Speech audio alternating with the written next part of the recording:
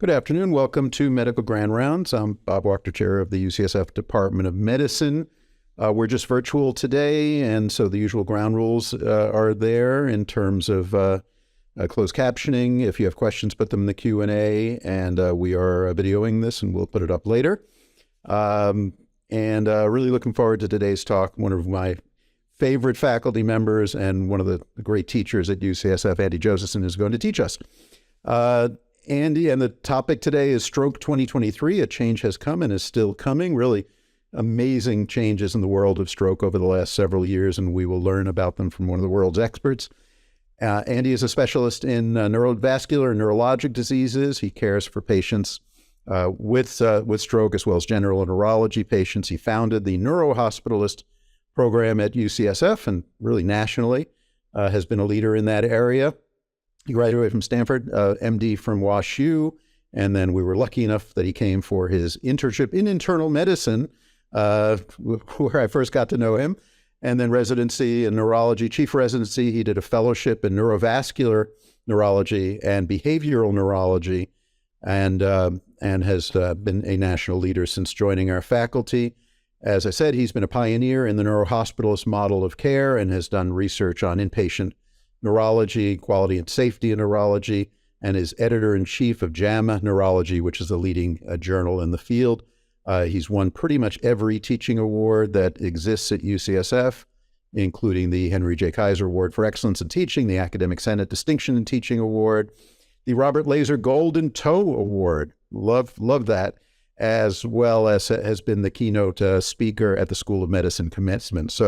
And I have to say,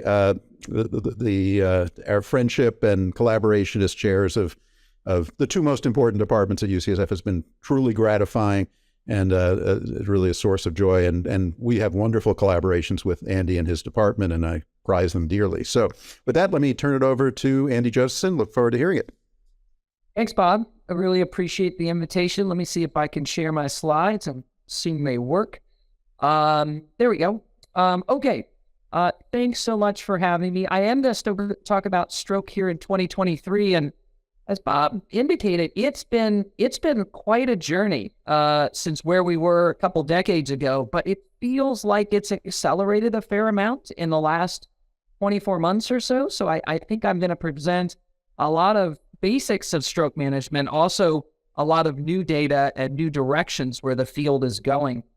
I'm going to focus almost exclusively on ischemic stroke. I'm not going to mention hemorrhagic stroke that much because we're a little far behind in terms of our advances in that area, but I think there's much more of that to come as well. And again, I just want to thank everybody for having me here in Department of Medicine Grand Rounds. I would say when I got this invitation, I immediately was just deeply grateful. I was, as Bob said, part of this department now some 20 plus years ago.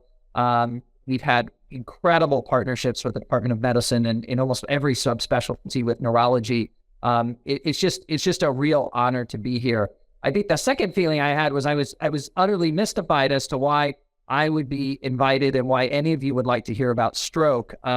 The list of great topics at this Grand Rounds during the COVID pandemic and beyond that Bob and Lakshmi and others have come up with, it's just been tremendous. And you get these like luminaries in the field talking about important issues of public health and important areas of infectious disease and other parts of medicine, and why you would want the neurologist to roll in and talk about stroke.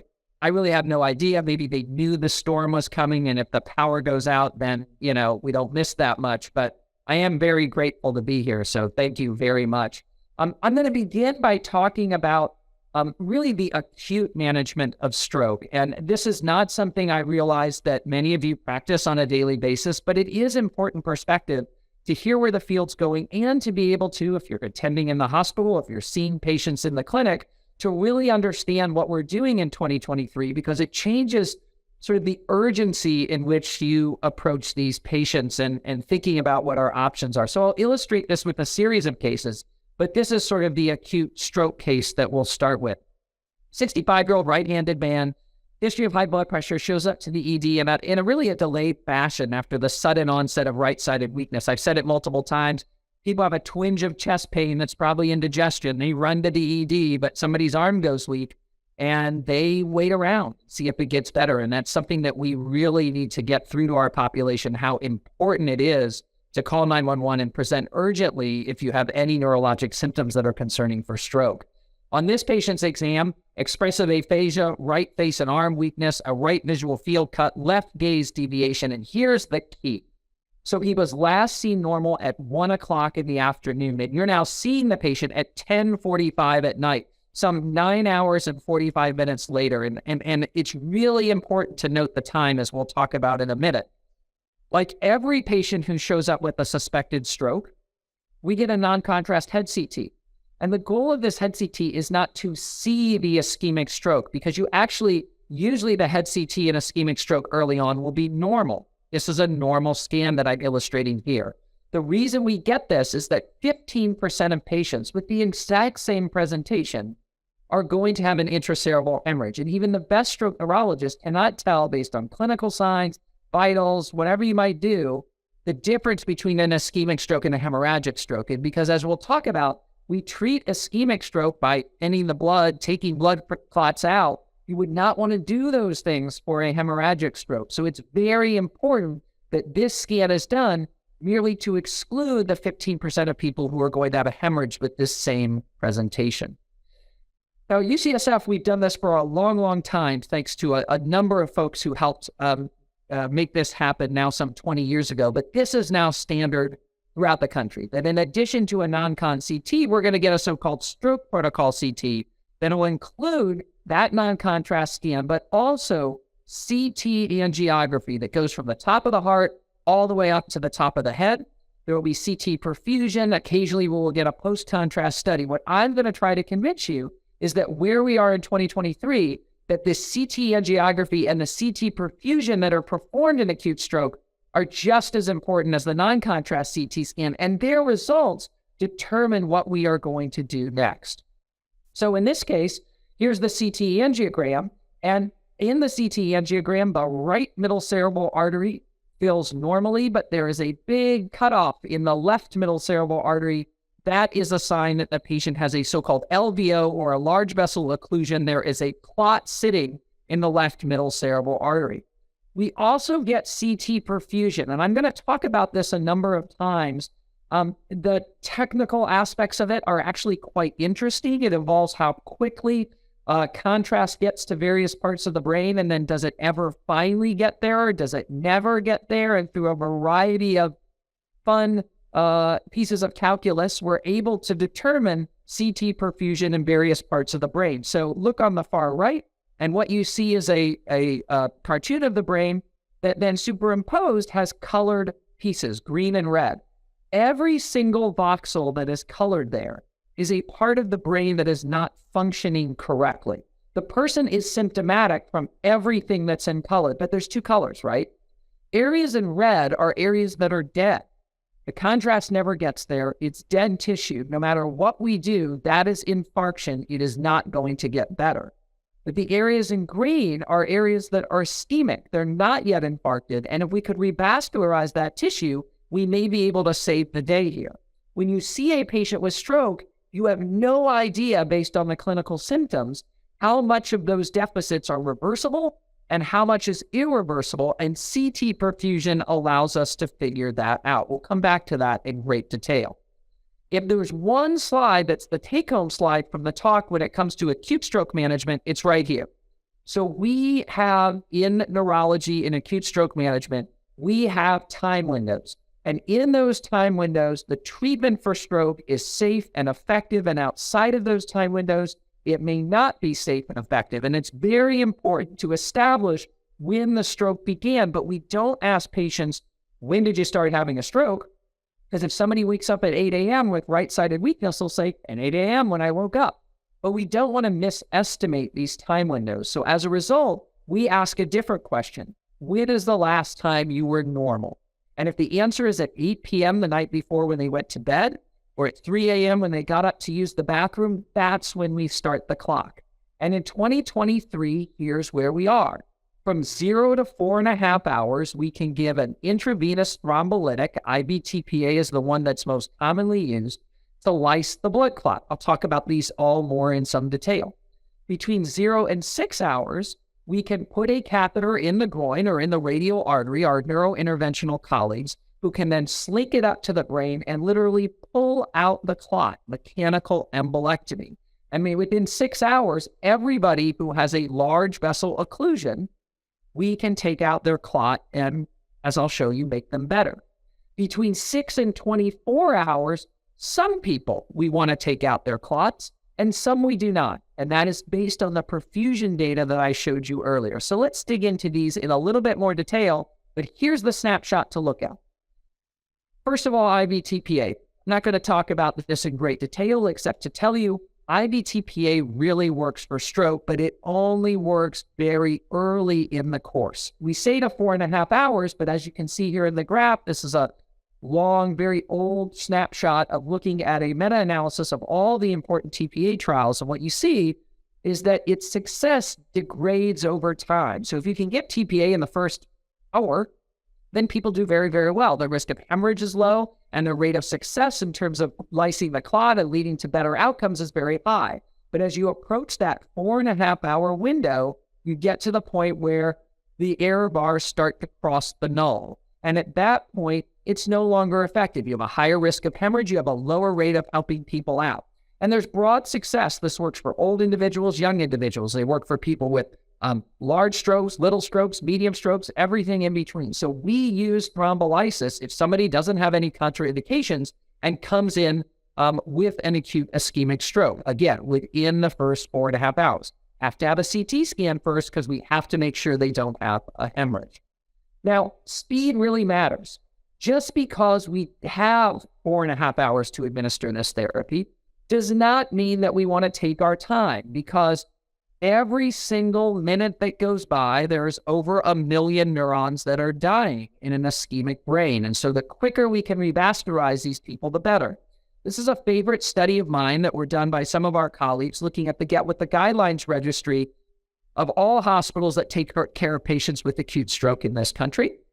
And they looked at a decade snapshot, and they looked at almost 60,000 patients who got TPA. And the bottom line is the following.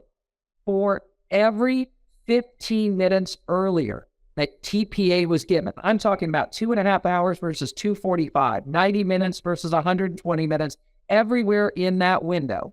For every 15 minutes earlier, significantly less people died. There were lower rates of intracerebral hemorrhage.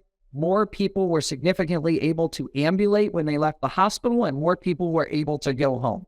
So hospitals like UCSF have incredible systems of care where we're able to give TPA very, very quickly.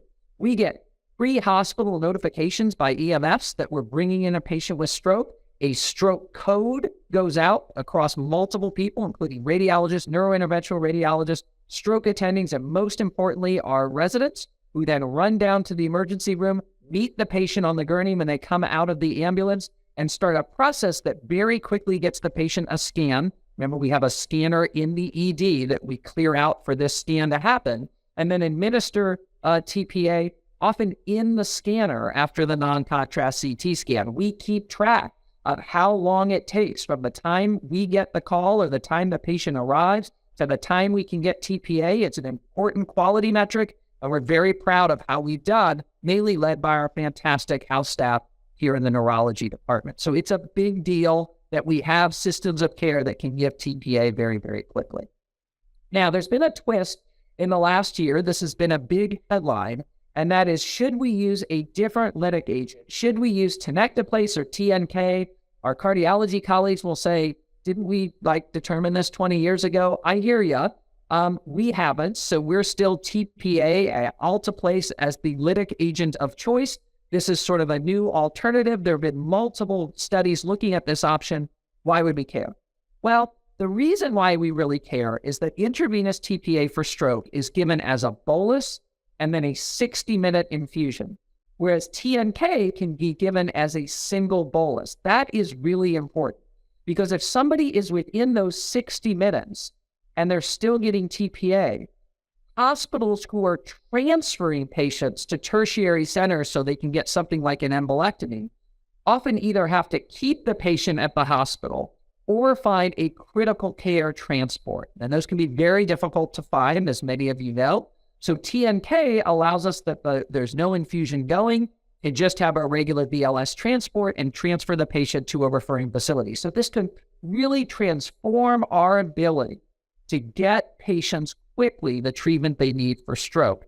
There was a recent large non-inferiority study of about 1,600 patients. I've cited it here in Lancet, no different in outcome or safety, and it's not approved by the FDA for this, but many hospital systems have now adopted TNK. Every Kaiser hospital, for instance, in Northern California now uses this as part of a sort of drip and ship scenario. At UCSF, because we do everything here, we go ahead and still use Alteplase for now because we're not transporting the patient. So it's not a real big deal if we're doing another hour infusion, and the data still is much more robust for TPA, but I think this is an important thing to think about going forward. So prior to about 2015, all we really had that was evidence-based was giving people lytics. Giving TPA was the name of the game. And then sometime around that period, a technological advance happened where catheters that were being used to go into the brain to take out blood clots became much more effective. And we now have these devices that we refer to as stent retrievers, as pictured here. It's essentially a catheter that is taken into the vessel in the brain, and then a stent is deployed. It's sort of like a deploying of a Chinese finger trap, if you will. It's a lattice that captures the clot, and then the entire device, the stent and the clot, are removed from the body through the groin or the radial artery. These new devices successfully open up vessels that have a clot, these large vessels that have a clot in them, 90+% of the time. So we now have a very effective way to get the clot open, but does it actually work? Let's see. So this is what it looks like. This is a patient who comes in pre-treatment who has a clot in their middle cerebral artery. This is the case that we started with. And sure enough, after the therapy, you can now see all the blood vessels filling that previously were not. And in this way, we're able to really potentially help the patient. But let's think about whether it really works. While 2015 was the big revolution in care, 5 major trials looking at this technique, embolectomy, were all published in the New England Journal of Medicine. All were different a little bit in their trial design, but they said the same thing, and they were all positive. They said, we're going to use these neurogeneration devices. We're going to use our CTA to see who has a blood clot. And if you've got a blood clot, we'll go in and take it out. We're looking for an LVO or a large vessel occlusion. If people got TPA, if they could get TPA, no problem. They could get TPA and then go to the embolectomy suite to take the clot out. They used a 6-hour time window. So all of these trials said if you're within 6 hours, you can get this done. If you're within 4.5, you can get TPA if you're eligible, and then get this done. But no matter what, within 6 hours, you can get the blood clot taken out. No perfusion data needed. It works in all patients. And then in 2018, something else happened. 2 major trials published in the New England Journal of Medicine, the DAWN and the DIFFUSE trial. What these trials did is they set a 24-hour window, and they said between 6 and 24 hours, we're going to select people based on their CT perfusion. And if they have a lot of green tissue, we're going to go ahead and take the clot out. If it's all a bunch of red, going back to my analogy I started with, it's all dead tissue. We're not going to bother. All we could do is make things worse. And this really led to a major examination that continues today of triage and ED protocols. Because now if you come to a hospital that doesn't have the capability, as I'll talk about, to perform embolectomy, they can give TPA, call us at UCSF, get the patient over here, and we can perform said embolectomy. That's a real advance. And now that there is a 24-hour window as opposed to just a few hours, that allows our reach to be much greater, at least locally in Northern California, Central Valley, and beyond. And I think it's really important to try to help as many patients as we can. Now, this all seems really complicated, trying to figure out what's green, what's red. When this first started, radiologists, typically neuroradiologists, had to do post-processing perfusion. So the CT would be done, and then the radiologist had to get on a workstation, do a bunch of things, select the vessel, get some numbers, talk to us, make these fun maps. It would take an extended period of time. That's not what's going on in 2023. There is now automated software that we all have that does this immediately. You guys have had some great talks in medical grand rounds about AI and its potential for the future. This is the present. So right now on all of our cell phones, I actually got one of these about 2 minutes before we started with Bob and I were joking around, and it pops up on my phone. We now have automated software. So the moment the CT is complete, as soon as the patient has the last image done, we get a notification on our phone that a CT has been complete with perfusion. And it shows us, these are a couple snapshots from a recent case. It will tell us if there's a large vessel occlusion. I will get an alert on my phone that there's a large vessel occlusion. I will get an email that says there's a large vessel occlusion. And then we will get these colored perfusion maps that you see on the side within 30 seconds. And we no longer have to guess how much is green, how much is red. It quantifies it for us. It tells me the number of milliliters of dent tissue, the number of milliliters of ischemic tissue. And based on those thresholds, we can very easily decide whether we want to proceed with embolectomy. So now this is done immediately. And our phones are set to go off immediately as soon as a scan is done. 9 times out of 10, you see the scan, it was someone who got a CT perfusion for, say, encephalopathy on the floor. It's totally normal, fine. But we're able to see that as a team. The software, our software that we use currently allows the team members to also communicate. So this is software that the notification is going to be when I'm the stroke attending, the stroke fellow, the resident who's on call, the neuroradiologist, the neurointerventional radiologist, and we can use the application to message each other. Let's get the angio suite ready. We're ready to go. Here's the clinical history, et cetera. A very, very powerful, remarkable tool that has shortened our ability to be able to get help for these individuals. So what do we do given this data? Where are we in 2023? Very straightforward. Everybody who's eligible for TPA, FDA approved at 3 hours, but everybody in this country uses it to 4.5 based on data. And in many other countries, it's used to 4.5 and it's approved in those countries. Everybody should get IV TPA, maybe it'll be TNK soon, as quickly as possible. A CT angiogram must be performed to see whether somebody has a large vessel occlusion. If they do, and it's under 6 hours, open up that vessel, regardless of whether they got TPA or not. If it's greater than 6 hours, though, we need to use our perfusion to select those individuals who should and should not be receiving endovascular therapy. That's the key.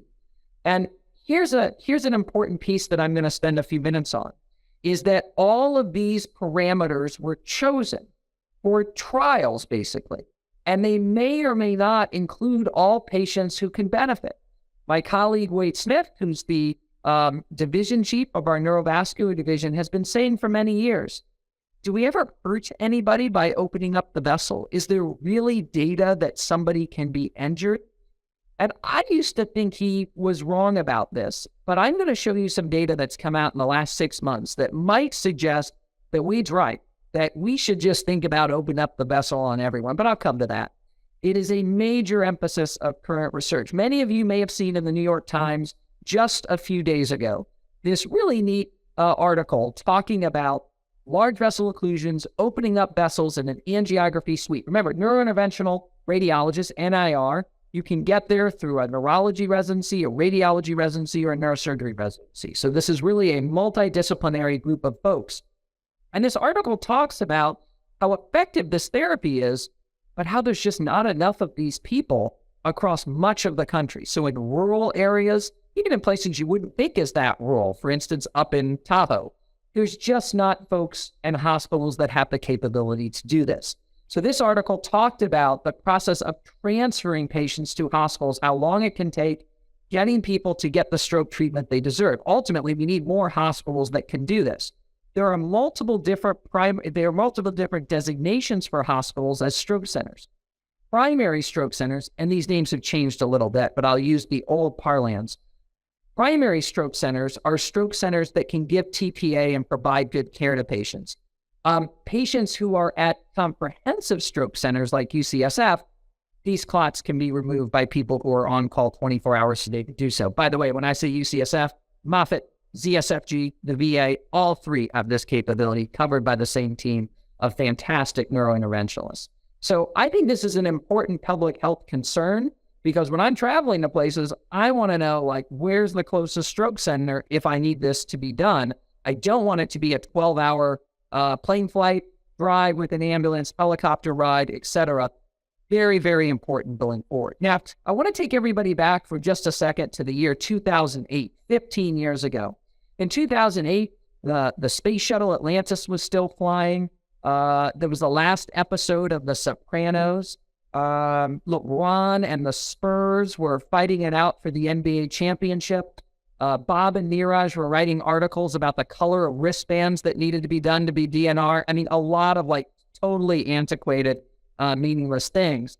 But I gave grand rounds in the Department of Medicine for the first time on stroke. So I was invited to give grand rounds on stroke. I want to show you the star here suggests it's from 2008. I'll show you 2 slides that I said back then, just to show you how not smart I am at figuring things out for the future. I said, listen, new things are coming.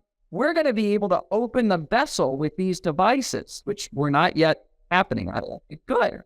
But I also said that we were going to be able to give medicines, neuroprotective medicines, that would protect this ischemic tissue and keep it from dying as we're getting ready to open up the vessel, or just because we want these neurons not to die.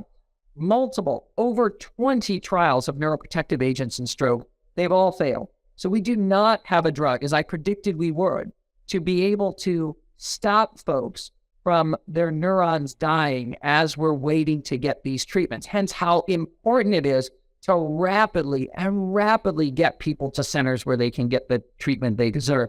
I also said CT perfusion is coming, but then made a statement on the next slide that we were going to be moving from a time-based window where all these things had time frames to a pure tissue-based window where all we care about is whether or not there's a lot of green or a lot of red. That turned out to not be true either. And I'm going to explain that over the next few slides, talking about a few new advances. So first of all, should we ignore this time window? 24 hours was arbitrarily chosen. And in our journal, JAMA Neurology, there's been a number of these studies looking at very late endovascular cases. So these are people who were like 36 hours out. I think the mean was about 33 hours, but they still had favorable perfusion. They had a lot of green and very little red. And when their clots were taken out, they still had benefit. Not as much benefit if you would have gotten them early, but still had benefit. So I'm going to mention 3 advances in the last few months. Here's number 1. Maybe we will start ignoring these time windows completely and saying, if the perfusion looks good, we're in good shape. That's that tissue-based window that I predicted. What about this? It turns out that a variety of studies, this is one, probably the most important that was published in the New England Journal last year, say, if you've got an endovascular suite ready, if you've got a neurointerventionalist sitting there ready to go, should you mess with TPA or should you just go to the suite and get the clot taken out? And the answer right now is give TPA if you can. But this was a large European trial where they said, we're ready to do the embolectomy. Should we just forget the TPA? And they couldn't show a difference by giving those patients TPA. Now, what might happen is that if there is not a suite immediately available, you're being transferred in, or it's the middle of the night and the neurointerventionalist has to come in from their home, then maybe we would give TPA. But if you're at a center like ours, where we've got people ready 24 hours a day to take the clot out, you may be getting to the point where we say, forget the TPA, just get the clot out. If it's going to take any extra time to give TPA, don't bother. And then the third one are 2 trials that came out just a few weeks ago in the New England Journal of Medicine. One of the things that we do when we think of perfusion imaging is we say if the actual infarct, the amount of dead tissue is too big, we don't take the clot out because it won't help the patient and it's just going to lead to more hemorrhage. But these 2 trials, which were published early view in the New England Journal, basically looked at very large infarcts and showed that, you know what? These people still benefited a little bit from getting their clot taken out. In one trial, there was a little bit more hemorrhage in the brain. In another one, there were a few more groin complications than the group that didn't get it taken out. But the bottom line is, we're probably moving to the point where even this tissue window may be thrown out the door. And we just say, just get the clot. And this is much more akin to what we're thinking in cardiology, which is that if there's a STEMI, we don't say when did it happen? How long ago has it been? Is it 6 hours or 8 hours? We don't say, well, let's look at myocardial perfusion to see how much tissue is to save. We say, let's revascularize the patient. Let's get that vessel open. That may be where we're moving in the world of neurology. So that's what I wanted to say about acute stroke therapy. And I think it gives you some flavor, even if you're not dealing with these issues on a daily basis, as to where we are. So let's go to some more practical issues that everybody who takes care of medicine patients, neurology patients, will encounter. So here's a 65-year-old guy with a history of high blood pressure. It takes him 3 days to come in with right-sided weakness. And again, I would say if there's one thing we can do for our patients is to encourage them that stroke's an emergency. You need to present quickly to the hospital. Time is brain. So on the exam, there's a pronator drip. There's weakness in the right side and a pyramidal distribution. The patient's taking a baby aspirin a day, as well as hydrochlorothiazide for his blood pressure. Now, we've been talking about CTs. MRIs are often not needed in acute stroke because it's a clinical diagnosis. But if you're wondering if somebody actually has a stroke, it turns out that good old-fashioned MRs of the brain with diffusion-weighted imaging will tell you with great certainty if somebody has a stroke, and they'll also help you age the stroke. DWI, or diffusion-weighted imaging, you don't have to be a neuroradiologist to see the big white blob on that side, which is the acute stroke. Diffusion-weighted imaging turns positive within seconds after a stroke and stays bright for about 7 days or so. So it can definitively tell you if a stroke has occurred. This is often helpful for a patient who maybe had an old stroke and had left-sided weakness. It got better, but it's worse today. Is that a new stroke, or is that a urinary tract infection leading to recrudescence? A diffusion-weighted MRI can help you. So this patient has a stroke. How do we work out why the stroke occurred, and how do we prevent another one? Well, we think of things from the bottom up. Is it a cardioembolic event from AFib, from a clot sitting in a chamber, from a paradoxical embolus through a right to left shunt? We can figure that out with tele for AFib, some sort of echo with a bubble study. We really think of the aortic arch as a place where plaque can form and then shoot off, go downstream, and cause a stroke. We can look at that in a variety of ways. We're really concerned about the carotid arteries, as you know, many different ways to look at the carotids. In fact, there's a plethora, 4 different ways to look at the carotid arteries. I'll come to that in a second. And then finally, the intracranial vessels, where people can get atherosclerosis in a proximal intracranial vessel, like an MCA, that can then break off, go downstream, and cause a stroke. So this is the workup that we want to do. You're also going to evaluate stroke risk factors like you would in somebody who has an MI. You want to know their blood pressure, you want to know their cholesterol, etc. We'll go on and on. What's neat about our CT angiography that starts here and goes up to the top of the head is that immediately the arch has been evaluated, the carotids have been evaluated, and the intracranial vessels have been evaluated. So right when the person presents, you've got everything done except exploring whether there's a cardioembolic source through telemetry and some sort of echo.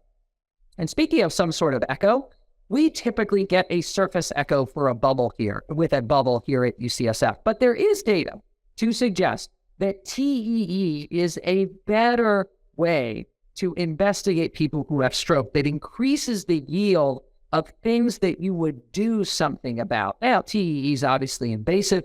It requires a lot more of a lift than a surface echo. But our cardiology service, our echo service, has been such a wonderful partner of ours, working together to figure out which patients do we need a TEE in and which can we get by with a surface echo. We know TEE is better for looking at the left atrial appendage. It's probably a better bubble study in some patients, and it's the only one of these echoes that gives you a good look at the aortic arch.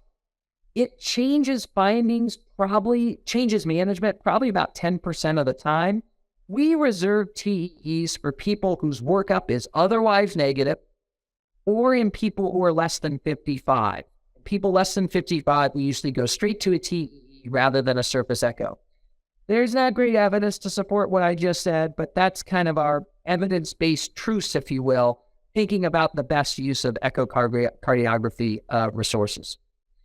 Now, the other big headline in the world of stroke is that, is how we figure out if someone's got atrial fibrillation. And the way we used to do this is simply doing an EKG and monitoring them with telemetry for about 48 hours in the hospital. But we're about a decade past a series of great studies that show that if when somebody leaves the hospital, you do the whole workup, you look at their carotids, the intracranial vessels, the aortic arch, the echo, the telemetry, and we don't know why they had a stroke, that if those patients are put on at least 21 to 30 days of continuous cardiac monitoring on discharge, about 20% of them are going to have atrial fibrillation. It's a huge number. 1 in 5 for otherwise unexplained stroke, even after you've done the whole workup.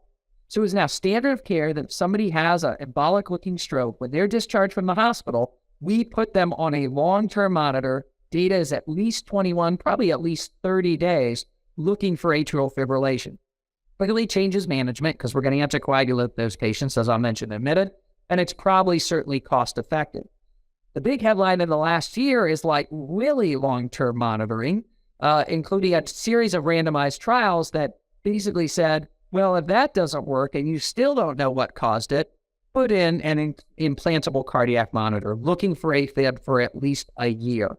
And when that happens, and this is a study of about 500 patients aged 60 or could be younger with a couple stroke risk factors who had a stroke within 10 days, and they randomized people to doing this versus not doing this, they found a lot of people have atrial fibrillation that would have been otherwise missed with just doing telemetry or just doing a 30-day monitor. Interestingly, this is increasingly commonly used, but we don't have great outcome data yet. But I think this is very tantalizing, and we've begun to really put in long-term monitors in people who we don't know why they had a stroke because the incidence of atrial fibrillation in those patients is so darn high. So my general approach to stroke treatment is to say, one, is this someone who could get that acute stroke therapy? Are they eligible for TPA? Are they eligible for embolectomy? The answer is yes, then do it. If the answer is no, then you speak about secondary prevention. And the first thing I say is, should they be anticoagulated? And if the answer is no to that, everybody gets antiplatelets. Let's talk about anticoagulants for a second. If I would have given this talk 2 decades ago, everybody who had a stroke, we put on then warfarin. And multiple studies since then have demonstrated that in almost every case, antiplatelets are just as good, if not better, than anticoagulants. So when would we give an anticoagulant? Well, AFib and AFlutter. And if all you remember is Andy said after stroke, if they have AFib, we give them anticoagulants. And if they don't, we don't. That's directionally correct. You're going to be 99.9% right. Sure, there's some other things. If there's a thrombus seen in the heart, an LV thrombus, you're definitely going to anticoagulate that person. Okay. But what if they have a big baggy dilated cardiomyopathy, an EF less than 35%? A lot of times you'll see those patients anticoagulated, but in our randomized trials in stroke, including the WARSEP trial, which is now a decade old, we have not been able to demonstrate that anticoagulants are better than antiplatelets for secondary stroke prevention. I'll talk about PFO in a minute, but I'll just tell you that if you're not going to fix the PFO, there is no advantage to anticoagulants over antiplatelets. What about a dissection? Common cause of stroke in young people younger than the age of 50. But it turns out that we have good data that says you can treat those people with antiplatelets just as well as you can treat them with anticoagulants. Maybe a rare hypercoagulable state, antiphospholipid antibody syndrome is probably the only one where there's probably some evidence that anticoagulation is better, but all of this has really fallen by the wayside. And again, AFib, anticoagulate, everything else, probably not. Let me talk a little bit about PFO for stroke. It's a mess. I think it's gotten a lot better. Thanks to some wonderful data that our cardiology colleagues have generated. Remember, about 1 in 5, 1 out of 4 of us have a PFO, so 1 out of 5 or 1 out of 4 of our stroke patients are going to have a PFO. And PFO alone is not necessarily associated with an increased risk of stroke. But if the patient has a very large PFO, perhaps if they're younger, if the PFO is illustrated up in the corner, has a outpouching of the interatrial septal, so-called an atrial septal aneurysm, those patients are at high risk for secondary stroke. But until recently, we didn't know how to deal with them. They ran big trials around 2015 trying to say, should we close that hole or not? None of these trials demonstrated that closing the hole worked. And then in 2017, these trials were repeated, published in the New England Journal of Medicine, And all three trials sort of sliced and diced the population, trying to find a group of patients with PFO and stroke who would benefit from PFO closure through an endovascular approach. And thankfully, these were all positive trials. So where we are in 2023 is we don't close all PFOs in stroke, but we do screen patients for PFO, discuss with our cardiologist some rules of the road, and then for some patients, this is a very, very effective and important tool for secondary stroke prevention. Here's what the data says. Close the PFO if the patient's younger than 60. If they're older than 60, there's really no data to close PFOs in those patients. And you can be sure that the PFO was the cause of stroke. If they also have atrial fibrillation or have a very tight carotid, then I pause whether the PFO was really involved. The qualifying event has to be a stroke, not a TIA. It has to look embolic, not like a lacunar stroke. And likely we concentrate on larger PFOs. Smaller PFOs were excluded from the trial, so they're meaning moderate or large PFOs. And we rely on our echocardiogram people to tell us how many bubbles are going through. Is it a medium PFO? Is it a small PFO? Is it a large PFO? So that's where we are in terms of secondary prevention with PFO. I mentioned that some people, like with atrial fibrillation, will be anticoagulated. Tracy and a lot of my friends who think about this a lot in the medicine department always remind me to say, what does that mean? Do we just start a DOAC? Do we bridge somebody with heparin and then start warfarin? We use DOACs more often than not, but it turns out that should we give heparin in acute stroke in somebody, for instance, who has AFib? I think the answer is definitively not. Large trials that have randomized people and looked at large groups of folks who have or have not had a stroke, and people who have a stroke who are randomized to heparin versus no bridging, it turns out can find no benefit, none whatsoever, to bridging heparin in stroke. So it is probably, even if people are really high risk or have a low risk of bleeding that's perceived, so it's probably unwise to think that we can magically find a group that benefits from heparin and we know better. In general, just don't use heparin in acute stroke. I think that's directionally correct.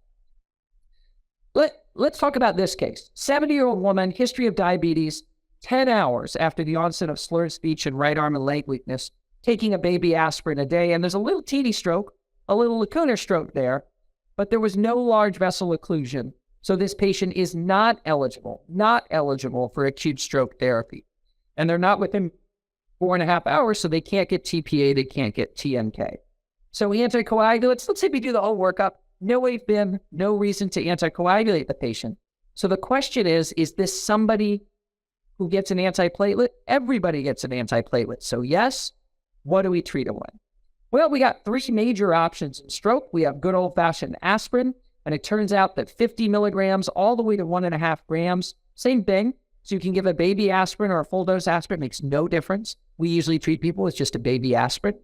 Nobody uses Agrinox anymore, but it's an effective therapy, and it's a little bit better than aspirin. Baby aspirin combined with extended release diclofenac that's given twice a day. About 30% of people have to stop it because they get a headache. And then a lot of us use clopidogrel. But the thing to remember is that multiple trials show that the combination of clopidogrel and aspirin is no better than one by itself. So long-term combination therapy with dual antiplatelets, that doesn't work particularly well. So what we do in 2023, if they weren't taking any medicine, you could start them on aspirin after their stroke or TIA, or you could start them on clopidogrel. Clopidogrel is a little better, but aspirin is so easy to tolerate that we generally start aspirin. But many of our patients have a stroke or TIA while they're on aspirin, and then it's really mandated to switch them over to clopidogrel or perhaps Agrinox. If they're already on Plavix or Agrinox, I have no idea what to do. We often switch to the other one. What I do know is that those patients should not be anticoagulated just because they've failed antiplatelet medicines, unless they're proven to have atrial fibrillation or some other reason why they should be anticoagulated. Now, one of the big advances in the last few years has been trying to figure out if there's ever a role for dual antiplatelets with, for instance, clopidogrel and aspirin. Is it ever a winning combination like this combination reflex hammer and stethoscope up in the right-hand corner, which seems delightful?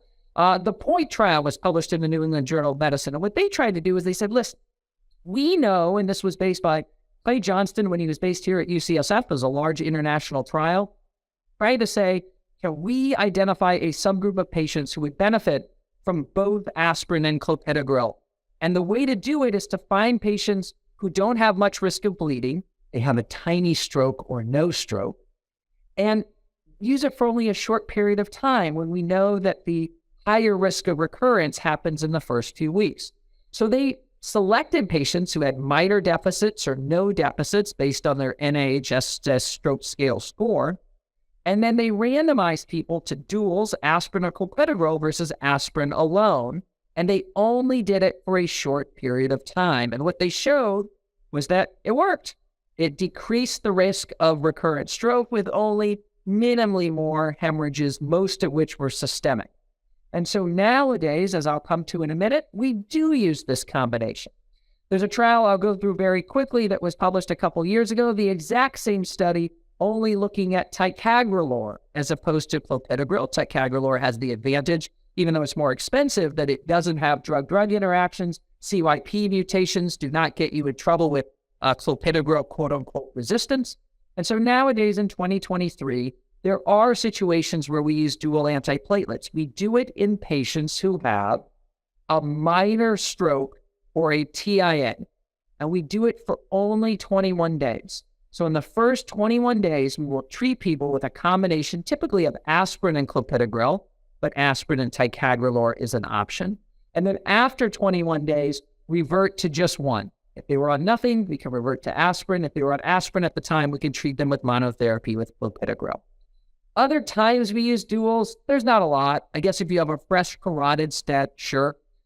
Severe intracranial atherosclerosis, there's some data for giving those people duals for 90 days or so. But the key is, if you're seeing a lot of patients in your clinic who are taking the combination of aspirin and Plavix for secondary stroke prevention for months and months or years and years, that's fallen out of favor.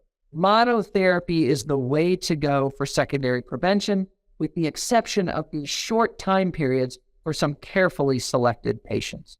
Other things we do for acute stroke in the hospital, everybody gets a high-dose statin. We have great data that if your LDL is greater than 100, you should be treated with 80 of atorvastatin if you could tolerate it for at least 5 years. That helps reduce the risk of secondary stroke. In the acute period, we control glucose and fever. We give enoxaparin for DVT prophylaxis. And then one that always trips everybody up is this idea of permissive hypertension.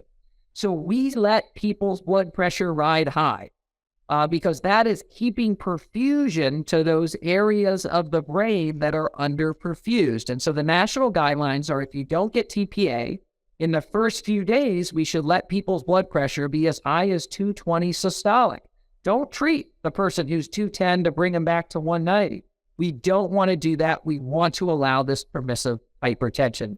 TPA has some rules after it that for 24 hours, you keep people less than 185, but then revert to these guidelines. The way we do this is we not only don't treat people's blood pressure, but we usually stop their home blood pressure agents. Maybe half dose their beta blocker, maybe keep some of their clonidine going, but everything else we will just stop.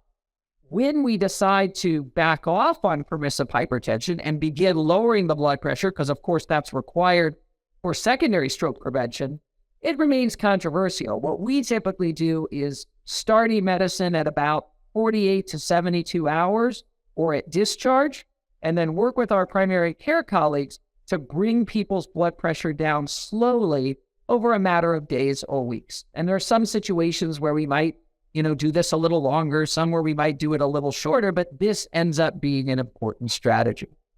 Let me just finish with a couple pieces on this final case.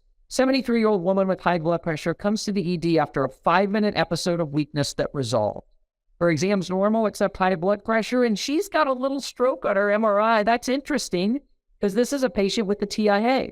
And it turns out that probably a third, maybe more of patients with TIA will have a little infarct on their MRI.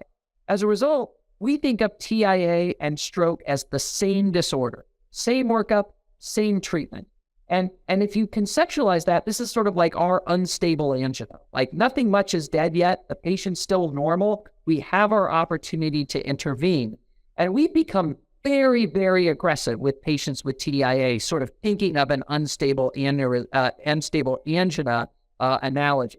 There's ways to estimate somebody's future stroke risk with TIA. And one of the things that we've demonstrated over the years is that if someone with a TIA is either admitted to the hospital or goes to a specialized TIA clinic, and you do all those things, you start them on antiplatelets, you do the echo, you get everything done in terms of the workup and secondary prevention, we can reduce the 90-day risk of having a stroke after TIA, maybe 10%? No. 20%? No. Probably as high as 75%.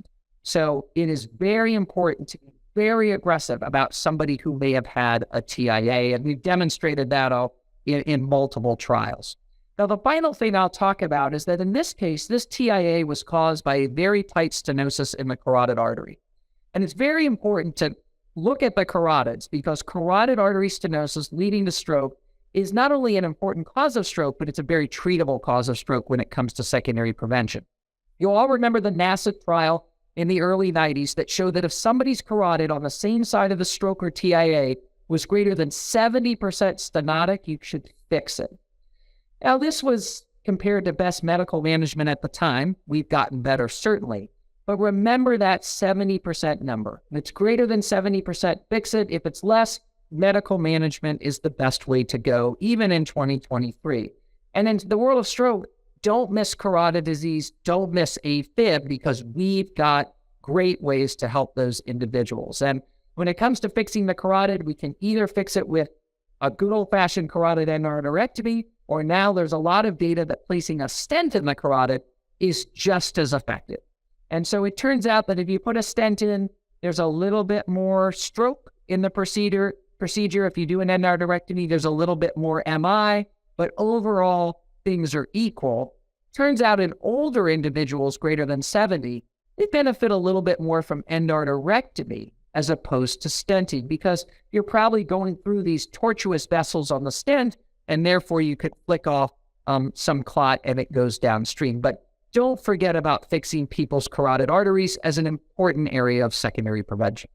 So I hope in this last hour, I've been able to go through important parts of stroke, think about what we're doing in 2023, give you a framework on what we're thinking about with acute ischemic stroke and all of these recent advances. I so appreciate the invitation to Department of Medicine Grand Rounds. We've so appreciated our partnership with your department and look forward to continuing that for many years to come. So thanks so much, Bob. Thanks for having me. Really appreciate it. Thank you, Andy. That was fabulous as always. We've got a few questions, and let me start with a couple. You said TIA, we treat it like stroke, but I assume, let's say they're improving and you see them in the ED, do you ever lyse them? Or if they're improving, you're going to wait to see if they get better and just start antiplatelets? Well, it's a great question, Bob. So we have data that people who are, quote, improving often will go the other direction when they go to bed that night, right? They might be improving because their blood pressure's going up. They're worried they're having a stroke. And then that you're getting collaterals to form. And then when they go to sleep that night and thank goodness I didn't have a stroke, they wake up with a hemiparesis. So I think the rapidly improving piece is one where we're still pretty aggressive in many cases. I think someone who comes in who's completely normal. A few hours ago, my right arm went weak when I was at dinner. 30 minutes later, it was better. Here I am, doc. We're not going to give them lysis. That's not going to happen. But it's interesting to think about patients who are having rapid improvement and what we do with those individuals. I think it depends. Are they at a stage right now where they still have a deficit that would impair them going forward? Mm-hmm. So it kind of depends on the deficit. If rapidly improving is, I just got some tingling in the arm, okay, but we're going to watch them really carefully here in the hospital. If rapidly improving is, I'm not as aphasic as I was, then, we probably think about lysis in those patients. Okay. A community center that can't do an embolectomy gives TPA. Should all those patients get shipped, or should they be doing a CT perfusion? Do they have the capacity? Or I'm a little confused about those folks. What happens after TPA? It's a heck of a question, Bob, and that's what part of that New York Times article was focusing on. I think the best route forward is, look, these CT scans, CT perfusion, CTA, are not tricky anymore. You need a multi-detector scanner, which everyone's got. They can do a spiral CT for PE. No problem.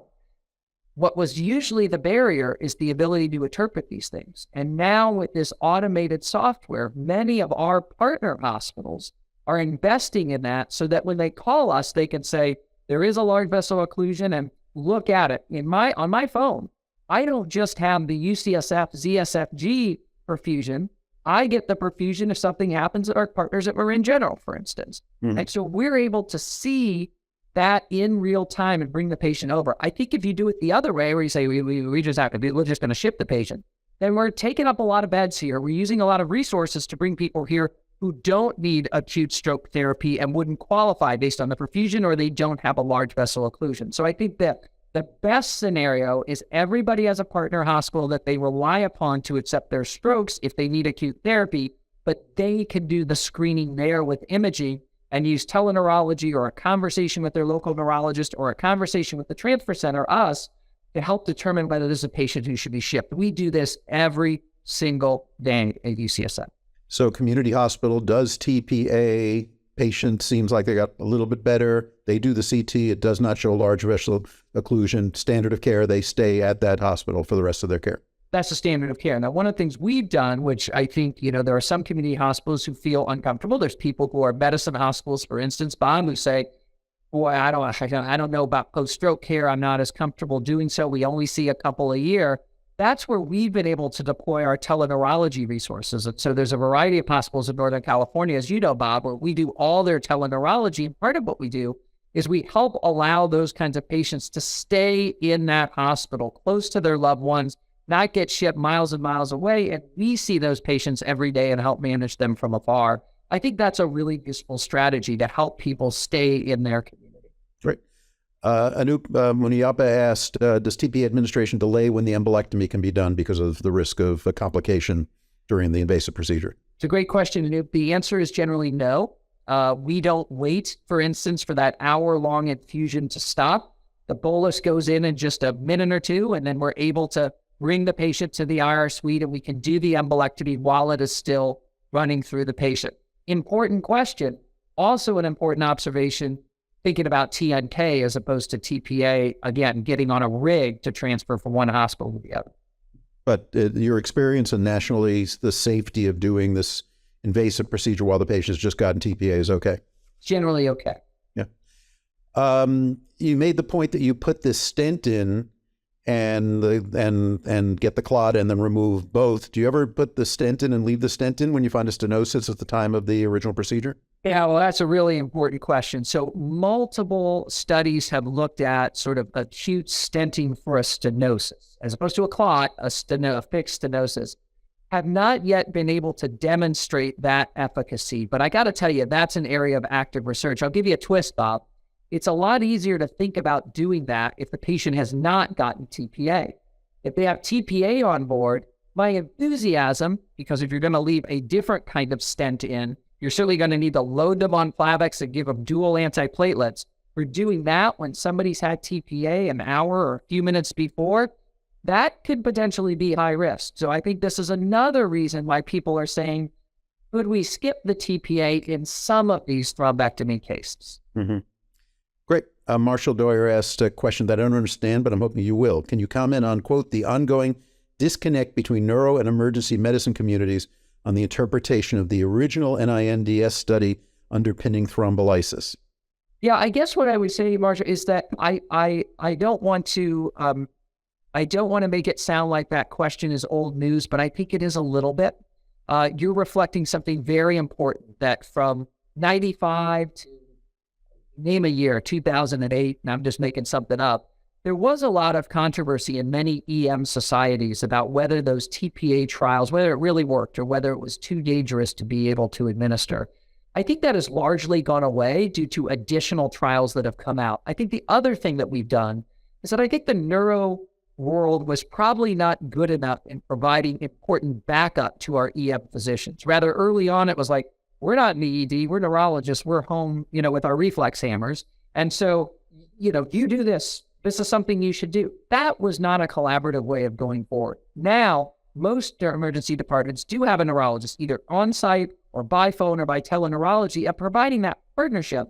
I think many of our EM physicians, most of our EM physicians nationally, are much more comfortable with thrombolysis under those circumstances and increased new evidence.